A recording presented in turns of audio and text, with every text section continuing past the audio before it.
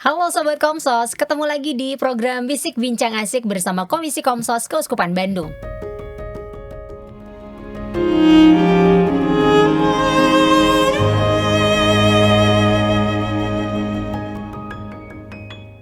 Oke, sesuai judul, kita bakal ngobrolin seputar sukacita Natal. Tapi sebelumnya, Merry Christmas dulu dong. Sama siapa kita ngobrolin sukacita Natal bersama orang yang sudah ditunggu-tunggu hadir di Bisik. Akhirnya beliau mau hadir juga di sini ya. Pastor Didi Tarmedi OSC. Hai Pastor. Halo Krisen, apa kabar? Kabar baik. Puji Tuhan, makin mau tekar aja ya. Makin mau tekar, harus Mantap. dong. Kru-krunya ini, tim-timnya Weh. juga mau tekar. Luar biasa. Ada ketua Komsos. Ada ketua Komsos. Ada ketua Komsos. Jangan keras-keras ngomongnya. Kenapa? Iya, aduh takut. Gimana kalau kita undang beliau masuk juga ke Harusnya begitu ya.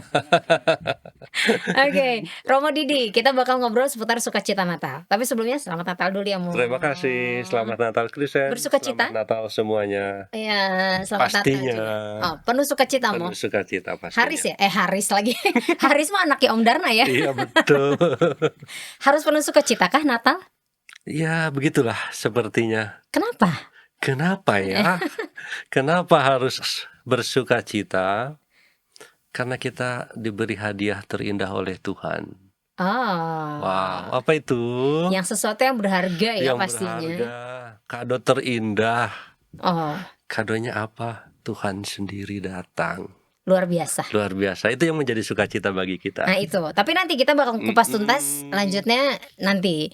Pastor Didi kan lama di Itali, ya kita ngobrolin itu dulu ya. Oke. Kita ngobrolin mundur dulu nih, karena baru ketemu Romo Didi sekarang.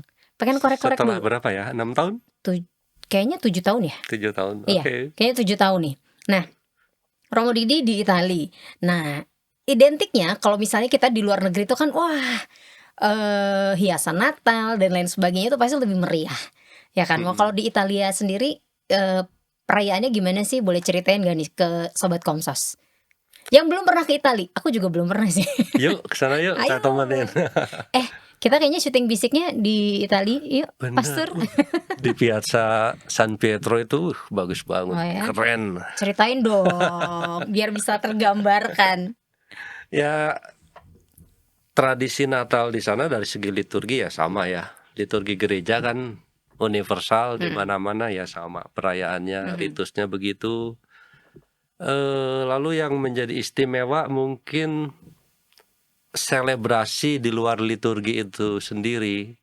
Saya tidak tahu tradisi secara umum Italia di sana bagaimana, tapi saya mengalami karena saya juga di sana setiap weekend itu tinggal di paroki sebagai vikaris paroki, maka di samping selebrasi liturgi merayakan kelahiran Yesus, di sana saya merasakan terutama di paroki tempat saya berkarya itu adalah selebrasi keluarga. Selebrasi keluarganya kayak Keluarga itu adalah momen di mana keluarga semuanya berkumpul, makan bersama, liburan bersama, dan itu adalah peristiwa yang sangat istimewa bagi mereka. oke. Kalau dari segi dekorasi dan lain-lain samalah seperti di kita juga ya di Indonesia. Kayak Tapi mereka memaknainya itu kan Yesus lahir di tengah keluarga Maria dan Yosef, lalu juga kelahiran itu dirayakan secara kelahiran baru juga di dalam keluarga-keluarga. jadi spiritnya lebih dapat nih. Ya, jadi pesta keluarganya kerasa gitu ya. Tapi kan gini Mo, kalau misalnya mau ngobrolin tentang ya spirit Christmas ya, Christmas spirit gitu, kadang-kadang kan ada orang yang kehilangan si semangat Natal itu, bener nggak sih? Kan Betul. ada gitu banyak orang yang kehilangan semangat Natal. Ada yang Natal apa sih gitu? Ya, Kayaknya perayaan biasa aja gitu. betul. Nah ini buat Sobat Komsos yang mungkin juga kehilangan semangat Natalnya gitu. Kehilangan apa ya, kayak gairah Natal tuh udah nggak ada gitu. Udah kayak yang Hilang gitu ya. hilang aja pss, gitu. Itu harus gimana sih untuk membangkitkan kembali? Ya itu mengingat yang momen bahwa nih Tuhan tuh hadir di tengah-tengah kita loh gitu. Hadiah terindah, hadiah terbesar yang tadi Modi sempat bilang di awal. Untuk membangkitkan kembali sih semangat Natal yang hilang itu gimana Mo?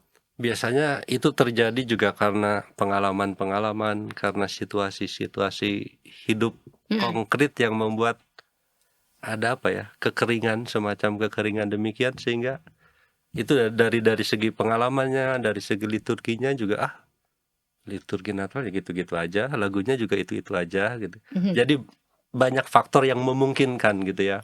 Tetapi bahwa kenyataan Allah menjadi manusia, tinggal di antara kita itu sebagai hadiah terindah dari Allah, itu adalah tetap sesuatu yang real, sesuatu yang berharga, sesuatu yang coba kita raih.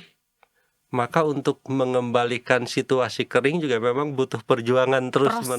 Proses. Seperti kalau melihat pesan Natal dari KWI dan PGI tahun ini, Apa tuh? 3 Majus juga kan dalam perjalanan mencari Yesus itu juga mereka jatuh bangun, Mhm. kering, bisa jadi bahkan karena mereka berjalan bersama, bisa jadi mereka konflik. Mungkin yang satu mengatakan arahnya ke sana, yang satu mengatakan ke tempat lain, yang satu lagi mengatakan lurus, bisa jadi menimbulkan konflik, kering. Ya udahlah, lu aja jalan sendiri, gua pulang lagi gitu. Mhm. Nah, itu bisa menimbulkan situasi-situasi kering, tetapi kebersamaan itulah juga yang kemudian tetap spirit Natalnya itu ada tanpa mereka sadari bahwa ada tujuan bersama mencari Tuhan. Akhirnya segala tantangan itu dilewati dengan sukacita. Mengapa sukacita? Karena ada sesuatu yang mau dikejar, ada sesuatu yang mau diraih. Mhm. Maka walaupun kering, jatuh, jangan lupa kita ada yang mau diraih loh. Kita Mhm. mau ke sana loh. Maka bangkit lagi, bareng-bareng lagi. Karena yang tadi mau dicerita gitu, kalau di sana tuh, perayaan Natalnya yaitu, mereka menghadirkan, kayak kasih Kristus di tengah-tengah keluarga, Betul. sehingga si keluarga itu jadi terasa hangat nih, Ya. lebih hangat di, momen yang Natal tersebut, Natalnya. gitu kan. Ya. Mungkin ini juga buat, sobat Komsos yang mungkin kehilangan semangat itu juga butuh proses dan lain sebagainya, tapi tadi ya, terus berjuang ya, Mo, ya? Terus berjuang. Terus akhirnya kan Mhm. tadi peristiwa bersama dalam keluarga juga itu membangkitkan semangat baru lagi. Mhm. Termasuk di dalamnya semangat iman. Karena Iya. di situ juga selain selebrasi sukacita, juga ada sharing di dalam keluarga itu, ada refleksi juga, ada nasihat dari para orang tua yang mengingatkan, kamu ke gereja nggak kemarin? Jadi peristiwa-peristiwa itu juga menjadi peristiwa untuk membangkitkan kembali. Mhm. Karena misalnya makan keluarga selama masa Natal ya, dari katakanlah dari malam Natal 24 atau 24. 25 sampai Epifani tanggal 6 Januari atau dipindahkan ke hari Minggu di sekitar itu Mhm. makan malam katakanlah bisa 3 sampai 4 jam. Oh, lama? Lama sekali, bukan makannya yang lama atau karena baru kalau masak bebek itu nangkap dulu bebeknya gitu ya, lalu baru dikuliti dimasak, enggak. Tapi karena ngobrol, bercerita, bercanda, bermain bersama bahkan sambil main kartu. Kalau di sana kan ada antipasti gitu. Antipasti itu apa ya? Apa tuh? Menu pembuka sebelum Oke. dessert. Kayak dessert ya? Ya, Iya iya iya semacam iya. itu gitu ya. Sambil makan kue kecil, sambil ngobrol, nunggu 30 menit baru makanan keduanya, piring pertama keluar dan seterusnya. Tapi intinya bahwa kebersamaan itu tidak ada HP sama sekali. Ah, ini. Semuanya hanya ngobrol-ngobrol, sukacita diceritakan di dalam keluarga itu, maka saling meneguhkan. Aha. Maka menurut saya berdasarkan pengalaman itu, Natal, peristiwa Natal itu menjadi konkret. Artinya bukan sebatas ritual gereja, tetapi Yesus itu sungguh-sungguh lahir di dalam keluarga. Karena membangkitkan spirit baru, semangat baru untuk setiap anggota keluarga. Itu yang harus kita ingat berarti ya? Itu yang harus kita ingat, dan puji syukur, puji Tuhan ya terjadi yang saya alami, dan pengalaman itu pengalaman indah gitu ya. Itu kan Bagi saya. waktu di sana nih. Tapi pastor sendiri kan jauh dari keluarga kan waktu di Itali. Apa pada datang ke sana kah? Langsung, oh, ada yang datang nggak ya gitu kan? Dari keluarga atau bagaimana nih? Pastor sendiri merindukan masa-masa itu nggak sih pas Natal? Kan lumayan lama ya di Itali, berapa tahun sih? 6 tahun ya. Oh kira-kira. tuh, 6 tahun. 6 tahun, berarti 6 tahun merayakan Natal di negeri Negeri orang, orang. di tanah pembuangan bukan ya. Gimana Hmm. apa yang dikangenin gitu? Apakah yang tadi momen berkumpul Mhm. bersama keluarganya atau punya kisah-kisah yang bisa dibagi sama sobat Komsos? Eee, Natal di kalau Indonesia apa yang kayaknya saya dikangenin? sejak jadi pastor belum pernah deh Natalan bareng keluarga. Karena misa ya? Iya, jadi setiap Natal itu hampir tidak pernah pulang kumpul keluarga, karena ya Oke, tugas, iya. tugas pastoral. Nah, ketika di sana, yang paling saya kangeni dalam setiap Natal adalah justru merayakan Natal dalam bahasa Indonesia. Karena di sana kan Ah, ya dalam bahasa Itali. aha, Kita mengucapkan, ngerti, tahu apa yang diucapkan, tapi kan feel-nya tetap nggak dapet. Beda mhm, kalau ngomong pakai bahasa sendiri itu lain gitu ya. mhm. Penghayatannya beda. Nah, itu juga mungkin dalam arti tertentu merayakan Natal tetapi juga ada dimensi kering dari Mhm. dalam. Karena hanya masalah faktor bahasa. Nggak ada keluarga Indonesia gitu yang ngundang buat, misa keluarga gitu? Biasa nggak Ada ada nggak sih sih? ya, tapi di sana kan ada perkumpulan, eee, orang Mhm, Indonesia, mhm, lalu KBRI juga entah yang Vatikan maupun yang Italia ada Natal bersama, mhm. perayaan Natal bersama. Tapi kan nah itu justru juga saya jarang ikut pertemuan itu. Karena Wah. itu biasanya Minggu ya, Sabtu Minggu saya harus ke paroki. Jadi Oh, saya tidak bisa seringkali berada bersama mereka, jadi itu gitu. yang dirindukan, Dirindukan itu kadang-kadang ngumpul, dan ngumpulnya itu hanya sekedar untuk ngomong pakai bahasa kita gitu ya. Itu yang dirindukan. terutama bahasa Sunda nggak? Bahasa Sunda enggak. Kalau lagi kesel, marah, keluarnya bukan Itali, bukan Ah Indonesia, bahasa Sunda. Anjis teh, kieu kieu teuing gitu. Kasar ya, maaf. Kasar ya, nggak akan disensor tut gitu. Tapi, ini nggak sih kalau misalnya ingat-ingat masa dulu gitu, masa kecil yang dirindukan, ada nggak sih? Ada. Terutama Apa tuh? peristiwa masa kecil. Bagi saya, Natal terindah itu adalah ketika saya masa kecil. Natal terindah bagi saya itu adalah ketika tidak merayakan Natal. Hah? Ma kumaha eta teh? Kumanya, Maksudnya gimana tah? ya saya kan Ah, keluar Sundana. kaluar Sundana. Saya kan lahir di Pugag, Mhm, salah satu stasiun paling terpencil di Cigugur, Paroki Kristus Raja Cigugur. yang nanjak itu ya, Moy? Nanjak itu negeri di awan luar biasa. Bukan hanya stasiun paling terpencil di Cigugur saya kira, tapi di Keuskupan Bandung saya kira. Mhm, Dilihat dari medan tempuhnya gitu ya. Saya lahir di sana. Ya artinya ladang, sawah, hutan, lumpur tanah yaitu menjadi mainan keseharian. mhm. Maka di sana juga kalau Natal pastor datang itu tidak persis di tanggal 24 sore atau malam atau tanggal 25 enggak, tapi bisa seminggu kemudian gitu ya. Atau Oh, bahkan 2 minggu kemudian pastornya baru bisa datang untuk merayakan Natal yang sudah lewat itu. tapi itu waktu masa kecil Masa kan? kecil itu ya usia-usia antara 0 sampai 7, 8 tahun ya. Mhm, Nah, maka juga biasanya pada bulan Desember itu adalah masa-masa padi di sawah itu mulai berbulir mhm, hijau gitu ya. Saya nggak tahu sekarang musim tanam menjadi berbeda karena dengan pupuk dan macam-macam ada percepatan kan ya. mhm. Dulu ya malam Natal itu bersama orang tua tidur di saung sawah, di gubuk sawah itu di Mhm. pondok itu untuk menjaga padi dari hama, yaitu dari babi hutan.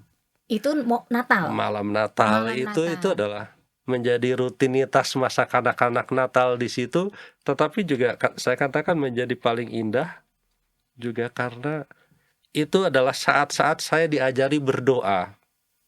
Oke. Saya mengenal doa Bapa Kami, Salam Maria itu belajarnya ya di saung sawah ketika menjaga padi dari babi hutan itu. Mhm.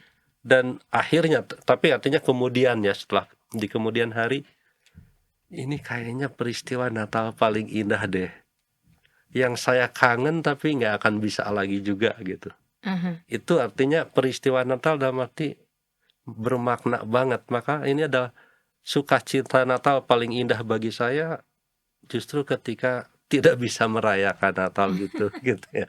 Merayakan Natalnya nanti 2 minggu kemudian Iya, gitu, udah betul. lewat baru tapi kan dalam artian gini, merayakan Natal itu kan, bukan berarti harus selalu identik dengan ada pohon Natal lah, ya kan, Betul. harus ada, kandang, apa namanya, kandang, Natal. kandang Natalnya gitu kan, nggak harus identik dengan harus ada itu kan Mo, Betul gitu. betul. Tapi yang tadi, mau dibilang gitu, memaknainya kita gimana, ya kan? Betul. Dari diri kita sendiri gitu. Nah, tapi kan gini, orang-orang di luaran sana tuh atau kita sendiri gitu, sekarang tuh identiknya adalah Natal itu pesta pora. Kadang bagi-bagi hadiah, tuker-tuker hadiah, makan-makan gitu kan, kumpul kemana pergi ke sana ke Mhm. sini, identik juga dengan liburan. Nah, Iya apakah, iya. eee, pandangan gimana nih, maksudnya gini, pandangan, Romo Didi tentang itu, Natal itu identik dengan pesta pora. Baik, Kan Kak, makanannya enak-enak, Mo, banget iya gitu kan? ya. Makanan enak-enak, minuman Wah, macem-macem juga macam-macam gitu. gitu. Iya, sebetulnya kan kalau Natal sebagai sebuah sukacita karena kita memperoleh hadiah terindah atau hadiah yang paling berharga, Mhm, kalau sukacita itu kan biasanya diekspresikan ya. mhm, Diekspresikan itu juga dengan cara memberi. Maka memberi hadiah itu seringkali di beberapa tempat, tidak semua dan sebetulnya tidak harus, itu adalah sebagai ekspresi dari sukacita saya. mhm, Seperti juga kita mengenal di sini misalnya di Bandung atau di Indonesia, mhm, di Italia saya tinggal di asrama yang isinya juga adalah para imam, atau di paroki atau dalam kelompok-kelompok kategorial, maka salah satu momen dari pesta atau perayaan Natal itu adalah tukar kado. mhm. Dan itu adalah yang pesan yang mau disampaikan adalah ekspresi dari sukacita itu. Saya memberi. Ya dengan sendirinya karena itu acara Natal maka ada makan-makan, maka Iya, seringkali diidentikannya dengan pesta. mhm. Tapi kan sebetulnya poinnya adalah makan bersama-sama, saling Kumpul, kumpul berbagi kebahagiaan. Tetapi kemudian dicapnya, ini mah pesta-pesta mulu," gitu kan, iya. enggak. Padahal kalau lihat menunya ya juga biasa aja gitu ya.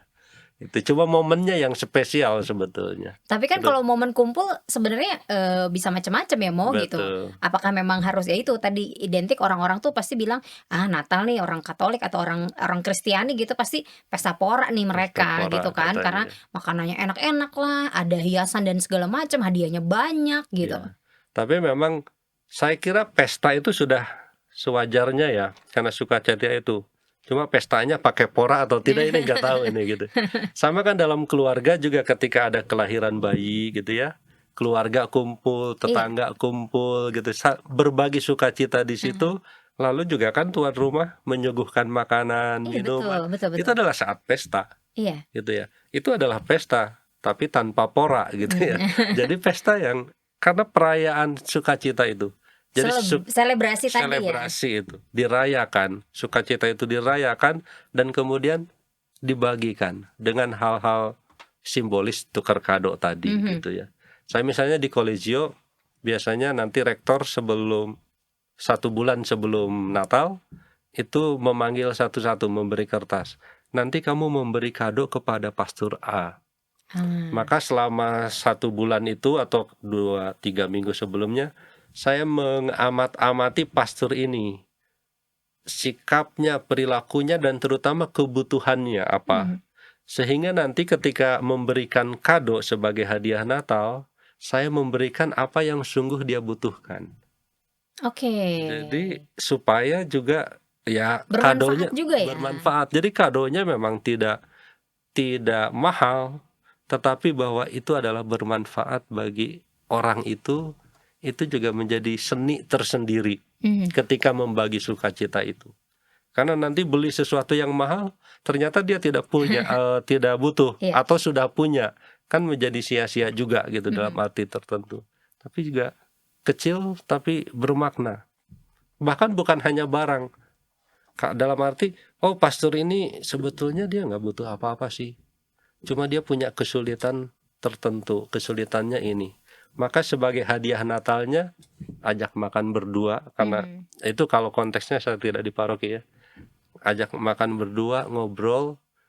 Ya seperti ngobrol biasa, tapi lama-lama saling memancing, saling terpancing, akhirnya saling curhat. Itu juga menjadi hadiah Natal sebetulnya. Sharing juga emang itu ya, kadang kita ini memang butuh teman untuk berbicara ya, Mo, ya. Berbicara Kayak sekarang atau kita butuh bincang teman asik. didengarkan Iya, gitu ya. betul. Nggak Asik. butuh, nggak usah ngomong apa-apa deh. Iya. Gua ngomong lu dengerin aja gitu. Iya. Gua mau ngomong apa ya kan Iya, biasanya gitu betul. ya. Butuh didengerin. Atau sebetulnya dari butuh mendengarkan atau butuh didengarkan itu bahwa ada seseorang lain yang ada, Peduli gitu ya. peduli, itu sebetulnya. Nah, maka Emmanuel itu kan Tuhan ada. Bahwa ketika kita merasa sendiri tadi, kalau pengalaman kering, lalu merasa nggak punya teman bahkan, jangan lupa ada yang lahir loh. Tuhan ada, Immanuel. Itu yang sebetulnya sukacita spiritualnya di situ. Kalau memang tidak merasakan kehadiran Tuhan di situ, Tuhan itu hadir dalam misalnya gitu, dalam diri seseorang yang ada di dekat kita. Di dekat kita. Iya kan? Betul. Seperti yang tadi misalnya tidak melulu hadiah. Misalnya Betul. seseorang itu tidak butuh hadiah, tapi butuh ditemenin gitu. Tuhan hadir saat itu ya, Mo ya. Kehadiran Tuhan itu begitu. Bahkan juga ketika pandemi tahun pertama, itu kan saya ke paroki tidak, di komunitas juga misa malam Natal dan misa Natal itu yang biasanya satu komunitas 60 pastor kumpul merayakan Natal bersama, dibagi-bagi, hanya 5 orang, hanya 10 orang, jadi KPL-nya dijadwal supaya tidak ngumpul gitu ya. Lalu habis itu tidak ada acara bersama, masuk kamar sendiri. Natal kok gini-gini amat ya. Nah justru dari kesendirian itu menjadi merenung, kenangan-kenangan masa lalu, artinya kenangan Natal itu muncul. Nah, justru di situ juga semakin menemukan jejak-jejak Tuhan dalam hidupku. Ini menjadi hadiah Natal juga bagiku gitu. Kalau saya sih ngalaminya, apapun peristiwanya, apapun situasinya, dimanapun saya berada atau dengan siapa, Natal itu selalu indah karena selalu bermakna. Meskipun konteksnya berbeda. Itu yang susah mengatakannya gitu ya. Tapi sungguh ada gitu. Susah ya. dikatakan, digambarin aja gimana, Mo? Digambarin Butuh gitu ya. kertas sama bolpen atau Tidak langsung. Oke. Iya. Nah, ini Natal ya. Natal itu kan momen paling menggembirakan bagi kita gitu, umat Kristiani gitu, umat Kristen. Tapi kan ada 2 momen nih, Mo. Ya, Natal dan Paskah. Iya. Kalau bagi orang Katolik sendiri, sebenarnya mana sih yang paling penting kita rayakan? Natal atau Paskah, atau dua-duanya sama-sama penting gitu? Iya. Kalau melihat misteri keselamatan itu secara utuh, atau kalau mau dibatasi konteksnya dalam liturgi, maka kita melihatnya bahwa Natal dan Paskah itu dengan Trihari Paskahnya gitu ya, atau kita lebih sederhana, Natal dan Paskah itu adalah 2 tonggak di dalam liturgi kita, di dalam perayaan iman kita. Maka tidak bisa 2 tonggak ini dipisahkan, karena ini menjadi pilar utamanya.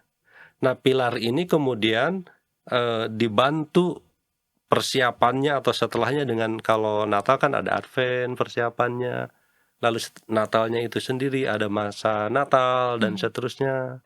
Lalu yang Paskah itu lebih panjang gitu ya, dari Prapaskah mulai Rabu Abu itu 40 hari, lalu nanti peristiwa Paskahnya sendiri dipersiapkan dengan mulai dari Kamis Putih sampai puncaknya pada Minggu Paskah itu, lalu masih ada oktav, masa Paskah, Panjang ya? terus panjang gitu ya. Artinya persiapan setelah, sebelum dan sesudah perayaan Natal dan Paskah ini, itu menunjukkan betapa pentingnya 2 peristiwa ini. Maka kita nggak bisa mengatakan mana yang lebih penting. Dua-duanya penting. Lalu tidak bisa titik di situ, masih koma.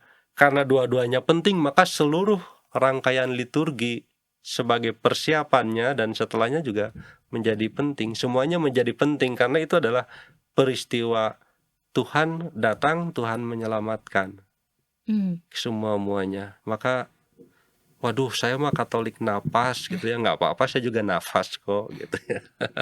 Napas bernapas Bernafas terus. artinya tidak bisa mengatakan bahwa Ini lebih penting, ini itu lebih lebih penting penting. gitu, enggak ya? Semuanya menjadi penting akhirnya. Mhm. Bahwa dan menjadi penting tonggaknya ini, dua ini. Satu roboh ya semuanya menjadi roboh Bisa gitu ya. hancur gitu Hancur ya, Mo, ya? semuanya. Sukacita bisa hilang dong Jangan gitu ya. dong, Jangan gitu. jangan. Soalnya gini, saya pernah nonton film, kartun atau animasi gitu. Nah, ini mah ngomongin Natal ya, Ya, Natal, ada Paskah, ada apa lagi gitu. Nah, si sukacita Natal ini atau sukacita setiap momen tadi, Natal, Paskah, dan lain sebagainya itu diambil satu-satu, akhirnya si sinar di dunia ini hilang. Jadi tinggal satu nih, yang aduh film apa ya itu ya? Saya lupa, bagus loh waduh, itu si kita beda generasi beda kayaknya. oh ya apa tadi, Jack Frost. Nah itu itu bagus mau gitu. Maksudnya si semangat Natal atau semangat momen-momen yang tadi tonggak itu memang harus ada, karena kalau memang itu nggak ada tuh ya itu tadi hancur gitu, Hancur semuanya. gelap gitu jadinya. Betul. Berarti nggak usah memilih ya, nggak usah lagi diperdebatkan mana yang lebih penting gitu. Iya, semuanya menjadi penting. Hanya momen pentingnya memang berbeda. Ini menjadi penting karena momen pertama kali Allah hadir mendaging dalam bentuk manusia gitu, berdaging, ada sosoknya. Ini momen pertama kali Allah datang dalam sosok, dalam ada wujudnya gitu ya, manusia. Lalu Paskah menjadi penting juga karena ini menjadi apa ya, puncak keselamatan kita, puncak penebusan. Kalau tidak ada penebusan salib ini sampai pada kebangkitan, kenaikan ke surga dan pencurahan Roh Kudus itu, lalu Natal ini menjadi kelahiran itu menjadi apa artinya kelahiran Tuhan kalau memang tidak menebus kita akhirnya. Itu kan semuanya menjadi satu rangkaian gitu ya. Lalu juga Tuhan juga keselamatan ini, peristiwa salib ini, penebusan ini juga tidak terjadi kalau tidak ada kelahiran. Nah ngomongin soal kelahiran, ini Ya. kan menjadi perdebatan juga Mo. Apa benar tanggal 25 gitu kan? Terus udah gitu ada juga yang apa, dewa matahari. Dewa matahari katanya ya. Iya, katanya gitu ya kan. Jadi mengadaptasi dari sana, makanya adalah si momen ini gitu. Aduh, pertanyaannya jadi ke sini, jadi deg-degan. Kok jadi deg-degan? Saya ingat Diruskan. sejarah enggak ya? Ada banyak pandangan ya. Bukan banyak, ada beberapa pandangan. Itu kan Natal itu adalah perayaan kelahiran Yesus yang diadopsi dari tradisi kaum pagan Romawi, pemujaan kepada dewa matahari. Dan mereka merayakannya sekitar Desember. Lalu Yesus adalah terang dunia, maka lahirnya juga kapan sebenarnya? Daripada bingung bikin Desember aja, kita adopsi tradisi ini. Ada yang berpandangan begitu. Tetapi kok rasa-rasanya juga terima kasih kepada para ilmuwan, sejarawan gitu ya, termasuk juga bapak-bapak gereja yang sudah meninggalkan begitu banyak dokumen berkaitan dalam konteks ini Natal. Nah, apakah betul kita mengadopsi itu? Nah, ada seorang kaisar Romawi sekitar abad ketiga namanya Aurelian. Itu sebetulnya dari namanya sendiri, aurora itu artinya fajar, matahari terbit, dari arti nama si kaisar ini gitu ya. Maka dia mulai mengkultuskan matahari yang jaya, kemenangan matahari sebagai dewa pelindung Roma. Maka juga dia kemudian semacam menobatkan diri sebagai Imam Agung Matahari, dan itu dicetak dalam uang koin mereka. Dan itu adalah peristiwa sejarah yang tercatat. Dan di sekitar itu juga ada tradisi lain di musim dingin, ya masih di Desember ini, yaitu festival musim dingin. Memang festival apa ya, saya lupa nama istilahnya sendiri, tapi itu adalah festival yang dirayakan ketika matahari berada di titik terjauh dari garis khatulistiwa. Oke. Jadi itu kemudian dikait-kaitkan dengan itu. Tetapi kalau menelusuri, misalnya terima kasih kepada Pak Stefan, Bu Ingrid, tahu siapa? Siapa? Pendiri Katolisitas misalnya, gitu ya, Oke. yang saya pernah membaca tulisannya itu di website mereka. Itu juga peristiwa itu di bulan Desember, puncaknya kira-kira tanggal 22, memang dirayakannya dari tanggal 7 kalau tidak salah sampai 23. Mhm. Nah, kita merayakannya 25.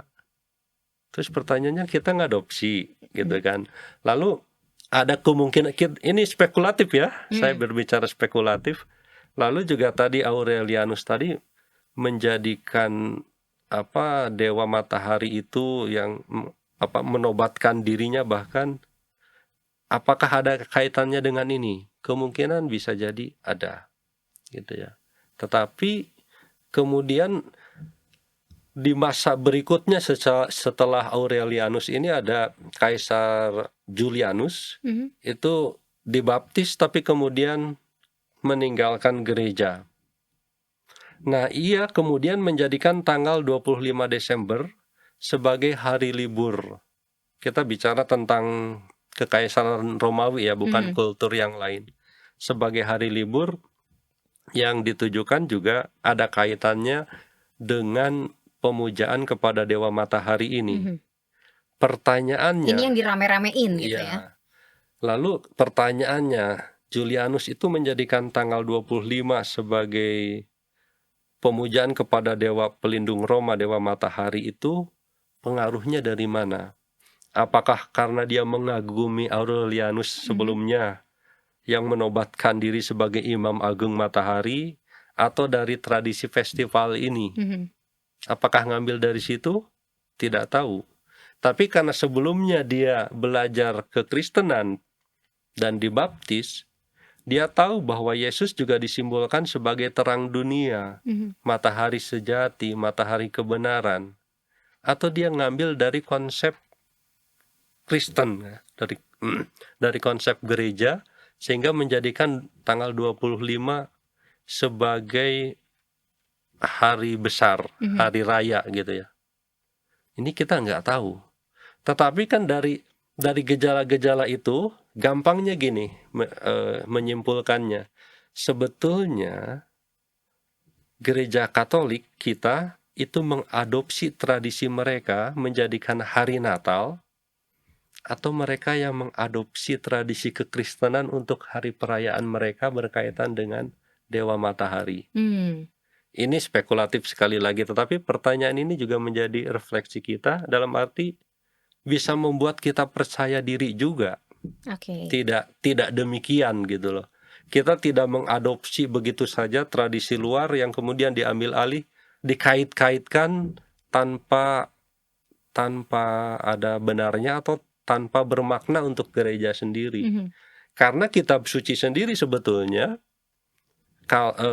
merayakan Natal di bulan Desember, kalau kita merayakan Natal di bulan Desember, itu juga dasarnya atau jejaknya bisa ditemukan di dalam kitab suci sendiri, khususnya kalau melihat Injil Lukas misalnya. Itu ada bukan hitungan apa? Ada, kalau misalnya ditelaah gitu, itu ada hitung-hitungannya ya, Mo ya? Bisa dihitung tentu saja dengan bantuan para ahli juga, dengan bapak-bapak gereja gitu ya. Kalau di Injil Lukas, itu kan sebelum berita kabar gembira kepada Maria, itu peristiwanya dimulai dengan Zakaria. Saya buka ya, saya itu bukan pastor yang baik. Jadi supaya kelihatan jadi pastor, saya buka kitab suci. Nah, di dalam Lukas itu dimulai dengan pemberitaan tentang kelahiran Yohanes Pembaptis. Di Lukas 1 ayat 5 dikatakan pada zaman Herodes. Raja Yudea. Ini kan lalu secara sejarah bisa ditelusuri, Herodes Raja Yudea itu dokumennya ada pasti dalam Kekaisaran Romawi. Dicari aja tahunnya, gitu Oke. kan? Pasti ada data historisnya. Lalu berikutnya dikatakan ada seorang imam bernama Zakaria dari rombongan Abia. Rombongan Abia itu siapa? Itu bisa ditelusuri ke belakang ke kitab Nehemia misalnya. Di Nehemia 12, jangan sampai salah nanti saya sesat lagi. Di dalam Nehemia 12:17 misalnya dikatakan, atau di bab 12 Nehemia ini, di situ ada daftar para imam dan orang-orang Lewi. Nah, di situ ada kelompok imam Abia ini. Jadi seluruh kelompoknya ada 32. Lalu 32 keluarga imam ini, golongan para imam. Lalu kelompok Abia ini itu berada di kelompok yang ke-8. Dan konon mereka mempersembahkan kurban persembahan di bait Allah, bertugas di bait Allah itu setiap kelompok itu 1 minggu. Jadi dari 32 kelompok itu satu kelompok 1 minggu, maka kira-kira satu kelompok itu mempersembahkan kurban di bait Allah itu dua kali. Demikian. Maka sebetulnya ditemukan kemudian peristiwa Zakaria mendapat penampakan dari Tuhan itu ketika ia membakar kurban persembahan itu ada di bulan September. Tanggalnya spekulatif, artinya ada perdebatan, tapi dikatakan di bulan September, di bulan tanggal 22 September bahkan dikatakan. Nah, itu peristiwa itu, lalu kitab suci mengatakan beberapa waktu kemudian, bahasa Indonesia atau kalau bahasa Inggris lebih jelas, setelah beberapa hari kemudian, beberapa saat kemudian mengandunglah Elizabeth istrinya. Maka September ini kita katakanlah awal konsepsi ya, awal mengandungnya Elizabeth. Lalu di ayat berikutnya, di bab berikutnya, Maria kemudian mendapat kabar gembira itu. Sebelum itu dikatakan bahwa Elizabeth selama masa mengandung itu selama 5 bulan dia tidak keluar, mengurung diri, gitu ya. Pada bulan ke-6 kandungannya, Maria mengunjungi Elizabeth. Berarti itu kan kalau tadi mulai ngandung September akhir, Oktober, November, Desember, Januari, Februari, Maret, sekitar bulan Maret gitu ya. Maria mengunjungi Elizabeth di akhir Maret, dan dia sudah menerima kabar gembira, artinya dia mulai awal mengandung di bulan Maret ini. Nah, kalau usia kandungan 9 bulan, hitung saja dari Maret, 9 bulan kemudian jatuhnya di Desember, di akhir Desember. Jadi hitung-hitungannya begitu gitu ya. Maka kenapa kita merayakannya itu? Gitu. Dari Kaisar Aurelius tadi gitu ya, sampai ke yang tadi Zakaria, ya kan? Kitab sucinya. Dari kitab sucinya juga. Jadi kita mau mencari atau melihatnya dari mana? Oke. Gitu. Nah, apakah mereka yang mengadopsi gitu ya kan? Iya, atau sebaliknya kita tidak tahu. Tetapi yang terpenting adalah Yesus sungguh hadir di tengah-tengah kita, di tengah-tengah manusia. Betul. Pastinya ya, Modi ya. Dan ya itu tadi, yang terpenting adalah si sukacita Natal itu kita hadirkan selalu di dalam diri kita masing-masing. Betul. Agar nggak hilang gitu si gembiranya dan lain sebagainya, dan memaknai Natalnya juga ya, Mo. Jangan sampai salah kaprah gitu pastinya ya kan. Oke, Modi, ada nggak yang ingin disampaikan ke Sobat Komsos nih sebelum kita closing? Setelah panjang lebar gitu kita ngobrol, kita bincang asik di sini mengenai sukacita Natal. Saya boleh cerita sedikit nggak? Boleh. Masih ada 2 jam lagi kok. Natal tahun lalu persis itu saya dan Romo Sunu yang sekarang di Permentum itu kami tinggal serumah di Roma gitu ya. Itu di bulan-bulan akhir studi kami, dan artinya sekaligus juga menjadi bulan-bulan akhir stres kami gitu ya. Biasa kan kalau akhir-akhir gitu ya, sudah deadline gitu dan macam-macam. Lalu kita itu nongkrong duduk gitu di teras biara, ngobrol-ngobrol, akhirnya kami menciptakan lagu berdua. Apa tuh? Tentang Dirilis dong. Natal, jangan dong gitu. Tapi intinya memang sedikit mengutip dari buku liturgi Natal yang dikeluarkan oleh Ilski, bahwa intinya memandang Tuhan itu tidak perlu mendongak, tetapi bahkan menunduk. Mencari Tuhan itu tidak ke atas tetapi ke bawah. Mengapa? Karena ia ada di dalam palungan yang rendah dalam bentuk bayi mungil. Nah, itu dari obrolan-obrolan tidak jelas itu kami sampai pada refleksi ke situ.